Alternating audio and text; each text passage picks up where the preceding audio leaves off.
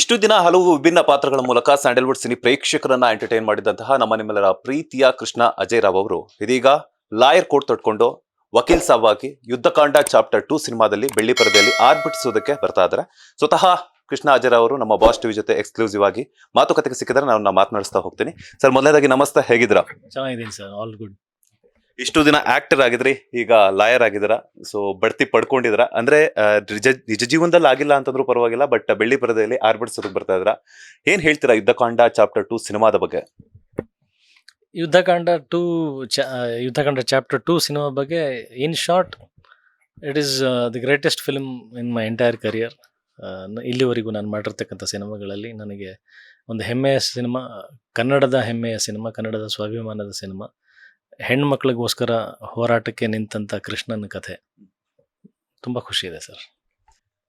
ನಿಮ್ಮ ಈ ಹಿಂದಿನ ಸಿನಿಮಾಗಳಲ್ಲೂ ಸಹ ಹೆಣ್ಮಕ್ಳು ಅಂದ್ರೆ ಲೇಡಿ ಫ್ಯಾನ್ಸ್ ಜಾಸ್ತಿ ಇದ್ರು ನಿಮ್ಗೆ.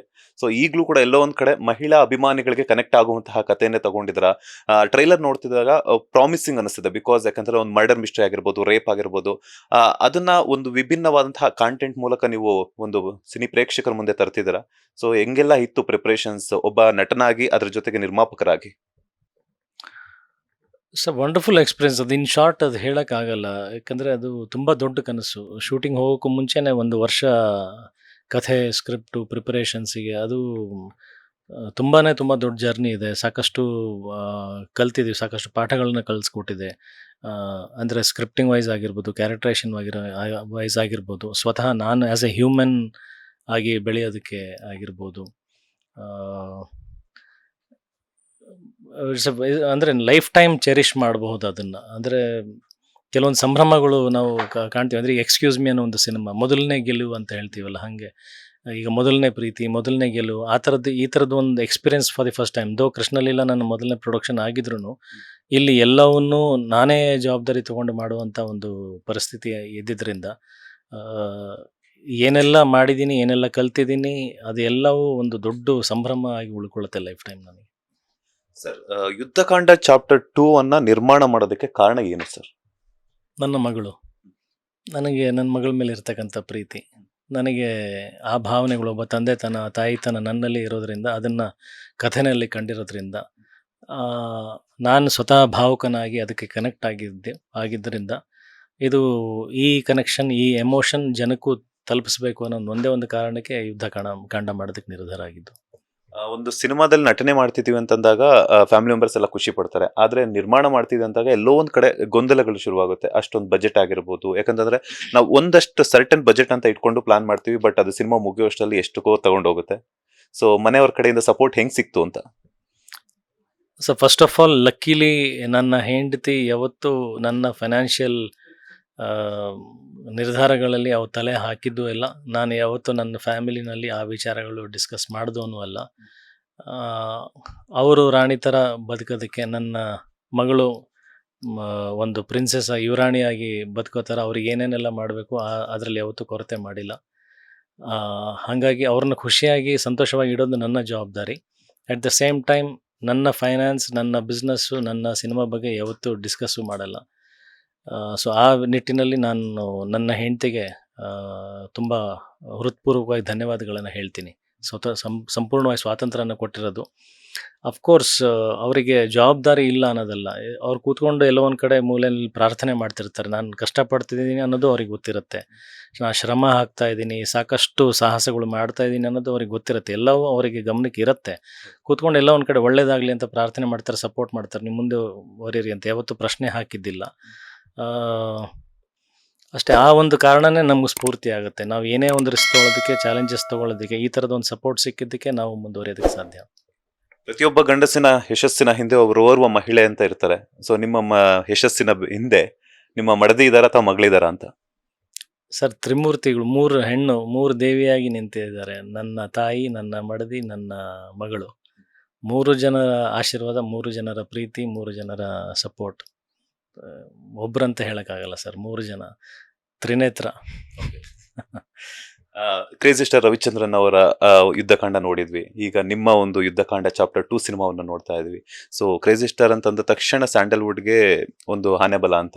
ಸೊ ನಿಮ್ಮ ಸಿನಿಮಾಗೆ ಎಷ್ಟು ಬೆಂಬಲವನ್ನ ಕೊಟ್ಟರು ಅಂತ? ಬಿಕಾಸ್ ಟ್ರೈಲರ್ ಲಾಂಚ್ ಬಂದು ಸಪೋರ್ಟ್ ಮಾಡಿದ್ದಾರೆ, ಈ ಒಂದು ಟೈಟಲ್ನ ತಗೊಂತೀನಿ ಅಂದಾಗಲೂ ಖುಷಿಯಾಗಿ ಕೊಟ್ಟಿದ್ದಾರೆ. ಸೊ ಎಷ್ಟಿತ್ತು ಸಪೋರ್ಟ್ ಅಂತ? ಸರ್ ಅವ್ರ ಪ್ರೆಸೆನ್ಸೇ ಒಂದು ದೊಡ್ಡ ಆಶೀರ್ವಾದ. ಅವರು ಅವ್ರದ್ದು ದೃಷ್ಟಿ ನಮ್ಮ ಮೇಲೆ ಬೀಳುತ್ತೆ, ಅವ್ರದ್ದು ಒಂದು ಕಣ್ಣಿನ ನೋಟ ನಮ್ಮ ಮೇಲೆ ಬೀಳುತ್ತೆ ಅನ್ನೋದೇ ಒಂದು ದೊಡ್ಡ ಆಶೀರ್ವಾದ. ಅದರಲ್ಲೂ ವೈಯಕ್ತಿಕವಾಗಿ ಅವರೇ ಬಂದು ನಿಂತು ಟ್ರೈಲರ್ ಲಾಂಚ್ ಮಾಡಿ ತಮ್ಮ ಕೈಯಿಂದನೇ ಒಂದು ಟಿಕೆಟ್ ಬೋಣಿಯನ್ನು ಮಾಡಿಕೊಟ್ಟಿದ್ದು ಇದು. ಆಮೇಲೆ ಅದರ ಜೊತೆಗೆ ಅವರನ್ನು ನನ್ನಲ್ಲಿ ಕಂಡೆ ಅಂತ ಹೇಳಿದ್ದು, ಒಬ್ಬ ಕನಸುಗಾರ ಇನ್ನೊಬ್ಬ ಕನಸುಗಾರನ ಕಂಡಂಥ ವಿಷಯ ಇದು. ನಾನು ಅದನ್ನೇ ಹೇಳ್ತೀನಿ, ನನಗೆ ಪ್ರಪಂಚದಲ್ಲಿ ಇನ್ನು ಯಾವ ಅವಾರ್ಡು ಬೇಡ, ನನಗೆ ಲೈಫ್ ಟೈಮ್ ಅಚೀವ್ಮೆಂಟ್ ಅವಾರ್ಡ್ ಇಲ್ಲೇ ಸಿಕ್ಕಾಗಿದೆ ಸರ್ ನನಗಾಗಲಿ. 5 ಗೋಲ್ಡನ್ ಟಿಕೆಟ್ಸ್ಗಳನ್ನ ಪರ್ಚೇಸ್ ಮಾಡ್ತಾರೆ ಇನ್ನು ರಿಲೀಸ್ಗೆ ಒಂದು ವಾರ ಮುಂಚಿತವಾಗ್ಲೇನೆ. ಆ ಒಂದು ಖುಷಿ ಎಷ್ಟು ಕೊಟ್ಟಿದೆ? ಬಿಕಾಸ್ ಎಲ್ಲ ಒಂದ್ ಕಡೆ ಲಕ್ಕಿ ಹ್ಯಾಂಡ್ ಅಂತಾನೆ ಹೇಳ್ಬೋದು. ಅಲ್ಲ ಸರ್, ಅದೇ ಗೆದ್ದಾಯ್ತು ನಾನು ಅಷ್ಟೇ sir. I have broken my previous cinema records. ಮುಗೀತು ಸರ್. ರವಿ ಸರ್ ಟಿಕೆಟ್ ತೊಗೊಂಡ್ಮೇಲೆ ನನ್ನ ಹಿಂದಿನ ಸಿನಿಮಾದ ಎಲ್ಲ ರೆಕಾರ್ಡ್ ಮುಗೀತು. ಅಷ್ಟು ಶ್ರೀಮಂತಿಕೆ ಇದೆ ಅವ್ರ ಕೈಯಲ್ಲಿ. ಮುಗೀತು ಸರ್. ಡನ್. ಇತ್ತೀಚೆಗೆ ನಿಮ್ಮ ಒಂದು ಹೇಳಿಕೆ ವೈರಲ್ ಆಗ್ತಾ ಇದೆ, ಯಶ್ ಅವರು ಕೂಡ ನಿಮ್ಗೆ ತುಂಬಾ ಸಪೋರ್ಟಿವ್ ಆಗಿ ನಿಂತಿದ್ರು ಅಂತ. ಸೊ ಯಶ್ ಅವ್ರಿಗೆ ಏನ್ ಹೇಳ್ತೀರಾ? ತುಂಬ ಹೃದಯದಿಂದ ಧನ್ಯವಾದಗಳು ಹೇಳಕ್ಕೆ ಇಷ್ಟಪಡ್ತೀನಿ. ಕೈ ಮುಗಿದು ಧನ್ಯವಾದ ಹೇಳ್ತೀನಿ. ಯಾಕಂದರೆ ನಾನು ಪಟ್ಟಂಥ ಶ್ರಮವನ್ನು ಕಂಡು ನಾನು ಸಿನಿಮಾ ಮೇಲೆ ಇಟ್ಟಿರ್ತಕ್ಕಂಥ ಪ್ರೀತಿ ರವಿ ಸರ್ ಹೇಗೆ ಕಂಡ್ರು, ಅವರು ಕೂಡ ಅದೇ ಥರ ಒಬ್ಬ ಸಿನಿಮಾ ಲವರ್, ಸಿನಿಮಾ ಬಗ್ಗೆ ತುಂಬ ಅಪಾರವಾದಂಥ ಪ್ರೀತಿ ಗೌರವ ಇರತಕ್ಕಂಥವ್ರು. ಸೊ ಒಬ್ಬ ಕಲಾವಿದ ಈ ಥರ ಮುಂದೆ ಬರಬೇಕು ಅಂತ ಆಸೆ ಪಡ್ತಿರ್ಬೇಕಾದ್ರೆ ಅವ್ರು ಬೆಳೆದು ನಿಂತಿರೋರು. ತಮ್ಮ ಕಡೆಯಿಂದ ಏನು ಮಾಡೋಕ್ಕೆ ಸಾಧ್ಯ ಅಂತ ಯೋಚನೆ ಮಾಡಿದಾಗ ಒಂದು ಡಿಸ್ಟ್ರಿಬ್ಯೂಷನ್ ಸಂಸ್ಥೆಯನ್ನು ಅವರೇ ತಾವಾಗೆ ಮಾತಾಡಿ ಸಿನಿಮಾನ ದೊಡ್ಡ ಮಟ್ಟದಲ್ಲಿ ಬಿಡುಗಡೆ ಮಾಡೋದಕ್ಕೆ ತಾವೇ ಖುದ್ದಾಗಿ ಮಾತಾಡಿ ವ್ಯವಸ್ಥೆ ಮಾಡಿಕೊಟ್ಟಿರೋದು. ಮಗಳ ವಿಡಿಯೋ ಇತ್ತೀಚೆಗೆ ವೈರಲ್ ಆಗ್ತಿದೆ. ಒಂದಷ್ಟು ಜನ ಸಿನಿಮಾ ರಿಲೀಸ್ಗೆಗೋಸ್ಕರ ಯೂಸ್ ಮಾಡ್ಕೊಂತಿದ್ದಾರೆ. ಅಂದ್ರೆ ಇನ್ನೊಂದಷ್ಟು ಜನ ಪುಟ್ಟ ಕಂದಮ್ಮನ ಅಳುವನ್ನ ನೋಡ್ಬಿಟ್ಟು ಇನ್ನೂ ದೊಡ್ಡ ಕಾರನೇ ತಗೊಂತಾರೆ, ದೊಡ್ಡ ಸಿನಿಮಾ ಸೂಪರ್ ಡೂಪರ್ ಹಿಟ್ ಆಗುತ್ತೆ ಅಂತ ಹೇಳ್ಬಿಟ್ಟು ಒಂದಷ್ಟು ಅಂದ್ರೆ ಪಾಸಿಟಿವ್ ಆರ್ ನೆಗೆಟಿವ್ ಕಮೆಂಟ್ಸ್ ಅಂತೂ ಬರ್ತಾ ಇದೆ. ಬಿಕಾಸ್ ಅವ್ರವ್ರು ಮಾಡುವಂತಹ ಹಾಗೂ ಅವ್ರವ್ರ ವ್ಯಕ್ತಿತ್ವವನ್ನು ರೂಪಿಸುತ್ತೆ ಆ ಕಮೆಂಟ್ಸ್ ಗಳ ಮೂಲಕ. ಸೊ ಈ ವಿಡಿಯೋ ಬಗ್ಗೆ ಏನ್ ಹೇಳ್ತೀರಾ ಅಂತ? ಸರ್ ಏನು ಹೇಳಲ್ಲ, ನಮ್ಮದು ದುರಂತದ ಬಗ್ಗೆ ಹೇಳ್ಕೊಳ್ತೀನಿ. ಈಗ ಯಾವುದೋ ವಿಚಾರ ವೈರಲ್ ಮಾಡ್ತಾರೆ, ಅದನ್ನು ನಾವು ಅನ್ವಾಂಟೆಡ್ ಡ್ಯೂಟಿ ಅಂತ ಹೇಳ್ತೀವಿ. ನಾವು ಗೊತ್ತಿಲ್ಲದೆ ನಾವು ಅದಕ್ಕೆ ಪ್ರತಿಯೊಂದು ಕ್ಲಾರಿಫಿಕೇಶನ್ ಕೊಡ್ತಾ ಕೂಡಬೇಕಾಗತ್ತೆ. ನನಗೆ ಸದ್ಯಕ್ಕೆ ಯುದ್ಧಕಾಂಡ ಸಿನಿಮಾ ಸರ್. ಆಮೇಲೆ ಕೈ ಮುಗಿದು ಆ ವಿಡಿಯೋ ಬಗ್ಗೆ ಏನಾದರೂ ಹೇಳೋದಾದರೆ ದಯವಿಟ್ಟು ನಿಮ್ಮ ಸೋಷಿಯಲ್ ಮೀಡಿಯಾದಿಂದ ಅದನ್ನು ಡಿಲೀಟ್ ಮಾಡಿ. ಅದು ಒಂದು ಚೈಲ್ಡ್ ಅಬ್ಯೂಸ್ ಅಂತಲೇ ಹೇಳೋಕ್ಕೆ ಇಷ್ಟಪಡ್ತೀನಿ. ಅದು ಒಂದು ಹೆಣ್ಮಗು ತಾನು ಬೆಳಿಬೇಕಾದ್ರೆ ತನ್ನ ಬೆಳವಣಿಗೆಯಲ್ಲಿ ಆಗುವಂಥ ಅವಮಾನಗಳಾಗಿರ್ಬೋದು, ನೋವುಗಳಾಗ್ಬೋದು ಮುಂದೆ ಕಾಣುತ್ತೆ. ಅದು ಇಷ್ಟೇ ಹೇಳಬಲ್ಲೆ. ನಿಮಗೆ ಪ್ರಜ್ಞೆ ಅನ್ನೋದಿದ್ದರೆ, ಮಾನವೀಯತೆ ಅನ್ನೋದಿದ್ದರೆ ದಯವಿಟ್ಟು ಆ ವಿಡಿಯೋನ ಡಿಲೀಟ್ ಮಾಡಿಬಿಡಿ. ಸಿನಿಮಾ ಮೇಲಿರುವಂತಹ ಹುಚ್ಚಿಗೋಸ್ಕರ ಹಾಗೆಯೇ ಪ್ರೀತಿಗೋಸ್ಕರ ನೀವು ಸಾಲವನ್ನ ಮಾಡ್ತೀರಾ? ಮುಂದೆ ಸಾಕಷ್ಟು ಜನ ಹೊಸವರು ಬರ್ತಾರೆ, ಅವರ ತಮ್ಮ ಕನಸುಗಳನ್ನ ತಮ್ಮ ಸಿನಿಮಾಗಳ ಮೂಲಕ ಈಡೇರಿಸ್ಕೊಳ್ಳೋದಕ್ಕೆ ಏನಾದರೂ ಸಜೆಷನ್ಸ್ ಅನ್ನ ಕೊಡೋದಾದ್ರೆ ಏನ್ ಕೊಡ್ತೀರಾ ಅಂತ? ಸರ್, ದುಡ್ಡು ಅನ್ನೋದು ಭಾಳ ಸ್ಮಾಲ್ ಫ್ಯಾಕ್ಟರ್ ನನಗೆ, very negligible factor. In fact I don't consider it also. ಇವಾಗ ನಾನು ಇಂಡಸ್ಟ್ರಿಗೆ ಬಂದಿದ್ದೆ ಆ್ಯಕ್ಟ್ರ್ ಆಗಬೇಕಂತ. ನಾನು ಹಿಂದೆ ತಿರುಗಿ ನೋಡಿ ಏನು ಆಸೆ ಇಟ್ಕೊಂಡ್ಬಂದೆ ಅಂದರೆ ನಾನು ಕಲಾವಿದನ ಆಗಬೇಕಾಗಿತ್ತು, ಸಿನಿಮಾದಲ್ಲಿ ಆ್ಯಕ್ಟ್ ಮಾಡಬೇಕಾಗಿತ್ತು. ದುಡ್ಡು ತಾನಾಗೆ ಬಂದಿರೋದು ಸರ್. ನಾನು ದುಡ್ಡೇ ಮಾಡಬೇಕು ಅಂತ ಬರೋದಿದ್ರೆ ಬರೀ ದುಡ್ಡಿಗೆ ಅಂತಲೇ ಸಾಕಷ್ಟು ಕ್ಷೇತ್ರಗಳಿದ್ದಾವೆ. ಸಿನಿಮಾದಲ್ಲಿ ದುಡ್ಡು ಮಾಡ್ತೀನಿ ಅನ್ನೋ ವಿಚಾರ ಬೇರೆ, ಸಿನಿಮಾದಲ್ಲಿ ಹೆಸರು ಮಾಡಿ ಒಬ್ಬ ಒಳ್ಳೆ ಕಲಾವಿದನಾಗಿ ಉಳ್ಕೊಳ್ತೀನಿ ಅನ್ನೋದು ಬೇರೆ. ಆ ವಿಚಾರಕ್ಕೆ ದುಡ್ಡು ತಾನಾಗೆ ಬಂದಿರೋದು. ಆ ದುಡ್ಡನ್ನು ಕೆರೆ ನೀರನ್ನು ಕೆರೆಗೆ ಚೆಲ್ಲಿ ಅನ್ನೋ ಥರ ನಾನು ಸಿನಿಮಾ ಮಾಡೋದಕ್ಕೆ ಹಾಕ್ತಾಯಿದ್ದೀನಿ ಹೊರತು ನಾಳೆ ಇದರಿಂದ ಸೋತೋಗ್ಬಿಟ್ರೆ ದುಡ್ಡು ಮಾಡೋಕ್ಕೆ ನಂಗೆ ಸಾಕಷ್ಟು ವಿಧಾನಗಳಿದ್ದಾವೆ, ಸಾಕಷ್ಟು ಸ್ನೇಹಿತರಿದ್ದಾರೆ, ಸಾಕಷ್ಟು ಬೆಂಬಲ. ನನ್ನ ಜೀವನದಲ್ಲಿ ಆಧಾರ ಸ್ತಂಭವಾಗಿ ನಿಂತ್ಕೊಂಡಿರೋರು ನಿಮ್ಮ ಲೆಕ್ಕ ಇಲ್ಲದಷ್ಟು ಜನ ಇದ್ದಾರೆ ಸರ್. ನನಗೆ very very very small factor. ಇದರಿಂದ ದುಡ್ಡು ಬಂದರೆ ಮತ್ತೆ ಸಿನಿಮಾನೇ ಮಾಡ್ತೀನಿ. ಈ ದುಡ್ಡನ್ನು ಸಿನಿಮಾ ಮಾಡೋದಕ್ಕೆ ಬಳಕೆ ಮಾಡ್ಕೊಳ್ತೀನಿ ಹೊರತು ನನ್ನ ಐಷಾರಾಮಿಗೆ ನಾನು ಮಾಡ್ಕೊಳ್ಳಲ್ಲ. Money is one small tool for making your dreams come true ಅಷ್ಟೇ. ಬಟ್ ಫಸ್ಟ್ ಡ್ರೀಮ್ ಕಾಣಬೇಕಲ್ಲ ಸರ್. ಸರ್, ಸಾಲದ ಸುಳಿಯಲ್ಲಿ ಸಿಲುಕಿ ಹಲವಾರು ಜನ, ಎಕ್ಸಾಂಪಲ್ ಸಿನಿಮಾ ಮಾಡೋದಕ್ಕಾಗಿರ್ಬೋದು, ಒಬ್ಬ ರೈತ ತನ್ನ ಬೆಳೆಯನ್ನ ಬೆಳೆಯೋದಕ್ಕಾಗಿರ್ಬೋದು, ಸ್ಕೂಲ್ ಫೀಸ್ ಕಮಿಟ್ಮೆಂಟ್ಸ್ ಅನ್ನೋದು, ಫೈನಾನ್ಷಿಯಲ್ ಕಮಿಟ್ಮೆಂಟ್ಸ್ ಅನ್ನೋದು ಕಾಮನ್ ಪರ್ಸನ್ ಇಂದ ಹಿಡಿದ್ಬಿಟ್ಟು ಸೆಲೆಬ್ರಿಟಿ ತನಕ ಇದ್ದೇ ಇರುತ್ತೆ. ಸೊ ಎಲ್ಲೋ ಒಂದ್ ಕಡೆ ಸೂಸೈಡ್ಸ್ ಕೂಡ ಜಾಸ್ತಿ ಆಗ್ತಾ ಇದೆ, ನಮ್ಗೆ ಗೊತ್ತಿರುತ್ತೆ, ರೈತರಾಗಿರ್ಬೋದು. ಸೊ ನೀವು ಅವ್ರಿಗೇನಾದ್ರೂ ಧೈರ್ಯ ತುಂಬುವಂತಹ ಮಾತುಗಳು ಹೇಳೋದಾದ್ರೆ? ಸರ್, ಹೆಂಗೆ ನಾನು ಅಷ್ಟು ಅದ್ರ ಬಗ್ಗೆ ಆಲೋಚನೆ ಮಾಡಿಲ್ಲ, ಅಷ್ಟೊಂದು ಗೈಡೆನ್ಸ್ ಕೊಡೋಷ್ಟು ದೊಡ್ಡ ಮನುಷ್ಯನೂ ಅಲ್ಲ. ಬಟ್ ನಾನು ಪರ್ಸ್ನಲಿ ಯಾವತ್ತೂ ಭಯ ಪಡೋವಂಥ ವ್ಯಕ್ತಿ ಅಲ್ಲ. ನನಗೆ ಭಯ ಅನ್ನೋ ಪದದ ಅರ್ಥ ಗೊತ್ತಿಲ್ಲ ನನಗೆ. ನಾನು ಆ ಥರ ಬೆಳೆದು ಬಂದವನು, ಇವತ್ತಿಗೂ ಹಾಗೆ ಇರೋದು. It's ultimately honesty sir. When you are honest, when you are true, when you ಅಂದರೆ ನೀವು ಯಾವುದೋ ಒಂದು ನೀವು ಮಾಡ್ತಿರ್ತಕ್ಕಂಥ ಕೆಲಸ ಒಳ್ಳೆ ಕೆಲಸ ಆಗಿದೆ, ಪ್ರಾಮಾಣಿಕವಾಗಿ ಮಾಡ್ತಿರ್ತಕ್ಕಂಥ ನಿಮ್ಮ ವಿಚಾರಗಳು ಹಂಗಿದ್ದಾಗ ಯಾವುದಕ್ಕೂ ಭಯ ಪಡಬೇಕಾಗಿರ್ತಕ್ಕಂಥ ಅವಶ್ಯಕತೆ ಇಲ್ಲ. ನನ್ನ ಸಿದ್ಧಾಂತಗಳು ಅಷ್ಟೇ ಸರ್. ಇದರಿಂದ ಮೋಟಿವೇಟ್ ಆಗಿ ಓಕೆ ಇದೇ ಆನ್ಸರ್ ಆದರೆ ತೊಗೊಳ್ಳಿ ಸರ್ ಅಷ್ಟೇ. ಸರ್ ಯಶ್ ಅವರಂತೂ ಡಿಸ್ಟ್ರಿಬ್ಯೂಷನ್ಗೆ ಒಂದಷ್ಟು ಹೆಲ್ಪ್ ಅನ್ನ ಮಾಡಿದ್ದಾರೆ. ಸೊ ಅದಷ್ಟಲ್ಲ ಸರ್, ಅವರೇ ಹೆಲ್ಪ್ ಮಾಡ್ರಿ ಪೂರ್ತಿ. ಹೆಲ್ಪ್ ಮಾಡಿದ್ದಾರೆ ಯಶ್ ಅವರು. ಮುಂದಿನ ದಿನಗಳಲ್ಲಿ ಆಗಿರ್ಬೋದು ಅಥವಾ ಬಿಫೋರ್ ರಿಲೀಸ್ ಅಥವಾ ಆಫ್ಟರ್ ರಿಲೀಸ್ ಯಶ್ ಅವ್ರಿಗೆ ಸಿನಿಮಾ ತೋರಿಸುವಂತಹ ಪ್ರಯತ್ನವನ್ನ ಮಾಡ್ತೀರಾ, ಕರೆಯುವಂತಹ ಪ್ರಯತ್ನವನ್ನ ಮಾಡಿದಿರಾ ಅಂತ? ಅಲ್ಲ, ದಟ್ ಈಸ್ ಪರ್ಸ್ನಲ್.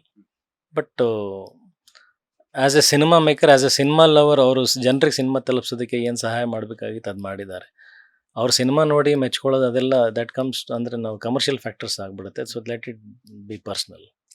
ಒಂದು ಬಿಕಾಸ್ ಯಾಕಂತಂದ್ರೆ ನಿಮ್ಮ ಸಿನಿಮಾ ಮೇಲೆ ಇರುವಂತಹ ಪ್ರೀತಿಗಾಗಿರ್ಬೋದು, ನಿಮ್ಮ ಕಂಟೆಂಟ್ ಕೇಳಿನೇ ಅವರು ಹೆಲ್ಪ್ ಮಾಡಿರ್ತಾರೆ, ಅದ್ರ ಜೊತೆ ಫ್ರೆಂಡ್ಶಿಪ್ಪು ಆಗಿರುತ್ತೆ. ಸೊ ಸಿನಿಮಾ ತೋರಿಸಿದ್ರೆ ಒಂಥರ ಚೆನ್ನಾಗಿರುತ್ತೆ ಅನ್ನುವಂಥ ಒಂದು ಭಾವನೆ ಇರುತ್ತಲ್ಲ ಆಸ್ ಎ ಫ್ರೆಂಡ್ ಆಗಿ ನಿಮ್ಗೆ? ನಾವು ಎಲ್ಲರೂ what ever of the screen, of the record ನಾವು ಏನೇ ಹೆಂಗೆ ಇರ್ತೀವಿ. ಬಟ್ ಈ ಸಿನಿಮಾ ತೋರಿಸೋ ಮುಖಾಂತರ ಅವ್ರು ನೋಡ್ತಾರ ಬಿಡ್ತಾರ, ದಿಸ್ ಆಲ್ ಏನಾಗುತ್ತೆ, ಅವ್ರಿಗೆ ಅವ್ರ ಸ್ಥಾನಕ್ಕೂ ನಾವು ಗೌರವಿಸ್ಬೇಕಾಗತ್ತೆ. ತುಂಬ ಹಗುರವಾಗಿ ನಾವು ಇಲ್ಲಿ ಮಾಧ್ಯಮ ಮುಂದೆ, ಕ್ಯಾಮ್ರಾ ಮುಂದೆ ನಾವು ಭರವಸೆಗಳು ಕೊಟ್ಟು ಮಾತಾಡೋದು ಅದು ತಪ್ಪಾಗತ್ತೆ. ಹಾಗಾಗಿ ಅದು ಪರ್ಸ್ನಲ್ ವಿಚಾರ. ಬಟ್ ಸದ್ಯಕ್ಕೆ ಅವ್ರು ಏನು ಸಿನಿಮಾ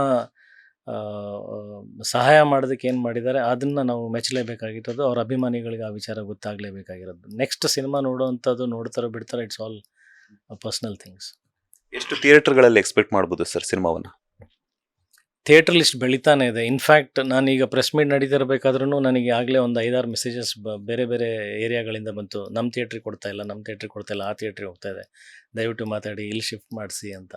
ಸೊ ಬೇಡಿಕೆಗಳು ಬರ್ತಾನೆ ಇದೆ. ನಾವು ಅಂದ್ಕೊಂಡಿದ್ದು ಲೆವೆಲ್ ಬೇರೆ ಇತ್ತು.